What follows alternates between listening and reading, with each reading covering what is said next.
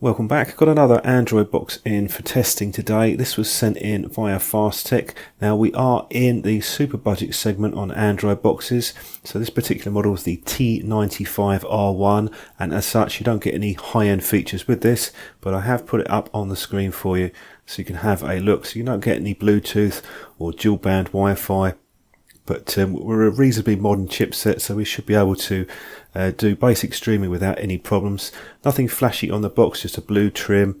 And looking on the back, you can see some of your connectors, your AV, HDMI, Ethernet, USB, power, and there's a USB on the side as well as a micro SD slot. So basic stuff on that. Underside, just some ventilation slots. And the user guide that's supplied is just a very basic generic one, but it will help if you've never used an Android box before. The remote is the bog standard one, which has been flying around for a few years now. Didn't expect anything flashy myself, but I would like to see that updated a bit. You'll need two AAA batteries to run this, which are not supplied in the box. Definitely suggest getting an air mouse if you can. Now the HDMI cable here, no gold plating on that either, and there is your power supply UK plug on this one. That will vary depending on your region. Fortunately, the power light is quite diffuse, so it isn't annoying.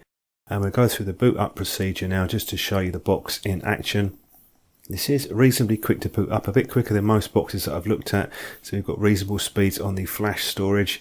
The layout is quite clear and simple, and I get on quite well with it myself. Sometimes they add lots of shortcuts to the home screen, and they haven't gone too mad on that with this particular box.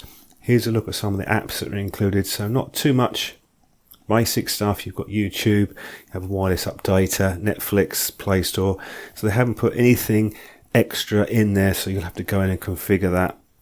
I did check for some updates, but at the minute there are none available, so it's hard to say if there will be. And you can configure the home screen so you can have your shortcuts to your apps going along the bottom. So nothing to complain about, particularly in terms of the layout. I get on okay with it. Now if you want to use the navigation bar at the bottom, that's great. You've got controls there to switch between apps as well as the volume. Problem that I found is that once you dismiss it though, it can't be brought back. It's not the first box that I've seen this on. You have to reboot it. It's a bug. It's been on quite a few Android boxes, and I wish they would fix something like that. So that's something, hopefully, if they do a firmware update, that would be useful. You do have Kodi included, but there are no streams added. You can, of course, add them yourself. There's quite a few guides around on how to do that. It's not too difficult. Now, you do have the memory clean tool included, which if you're using the 1GB version, that might come in handy. And you can also customize things like the video and music, put your own apps in there. There's not too much to do. It's simple, it's easy to use. That's basically what you want from an Android box. Going into the settings, it pulls out the side menu bar, which means you don't have to dive into the main menu system on previous older versions of Android, and that's quite useful. There's not a whole lot to change in there. You don't have Bluetooth or dual band Wi-Fi, anything like that. But there is an additional setting that you can go into, which I will show you shortly if you need to tweak a few other settings on the box.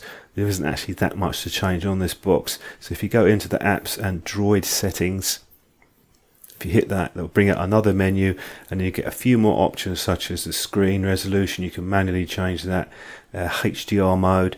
There's also CEC control for the HDMI, which can be quite useful to have. Some boxes have that and some don't. There's a few playback settings, etc. One feature that I do use is the power key definition. I prefer the box to just shut down when you hit the power key, so it's nice to have that included. Then you can go into the extra settings, which is just the main standard Android look, similar to a phone or a tablet. You probably won't really need to get in there. Use the slide out menus is much easier. Now Netflix will run, but it's 720p because it's not a fully verified device. And I found that the Play Store is working fine. There's no problems with that. I've seen bugs on some boxes.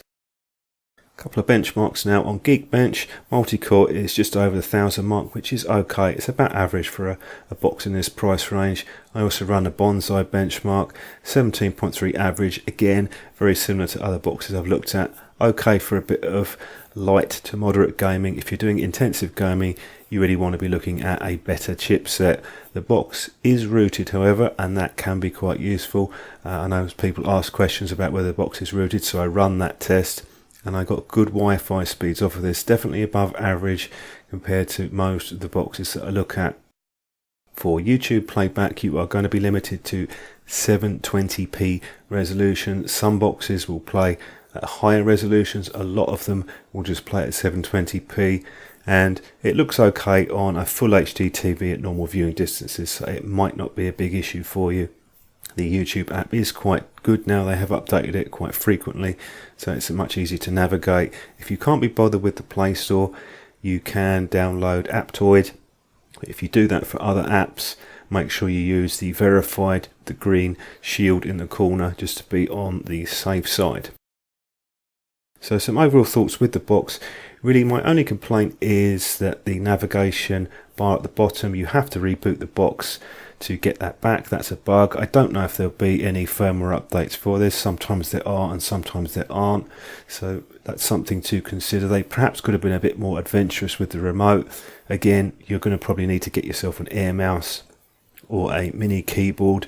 The 4K playback is fine, but I did end up using a couple of different apps because the built-in one didn't play back all of the files, so do dig around for different players. The hardware is capable of 4K playback, so you shouldn't have too many issues on that.